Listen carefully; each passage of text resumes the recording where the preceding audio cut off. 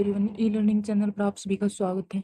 आज हम आपको बताएंगे रीजनिंग के इम्पोर्टेंट टॉपिक जो हर बार स्टेट में क्वेश्चन पूछे जाते हैं। यही इम्पोर्टेंट टॉपिक है आपके। फर्स्ट नंबर टॉपिक है कैलेंडर।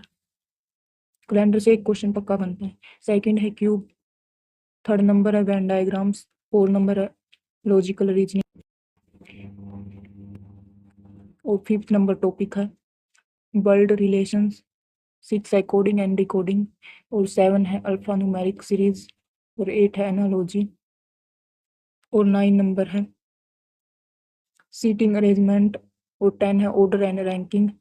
और 11 है पैटर्न सीरीज। और 12 नंबर है डिस्टेंस। ये सभी वे टॉपिक है जिससे एग्जाम में हर बार क्वेश्चन बनते हैं। आप सभी अगर ये टॉपिक भी कर लेंगे तो आपके 8 या 9 नंबर बन जाएंगे। वीडियो अच्छी लगे तो लाइक करना, चैनल को सब्सक्राइब करना।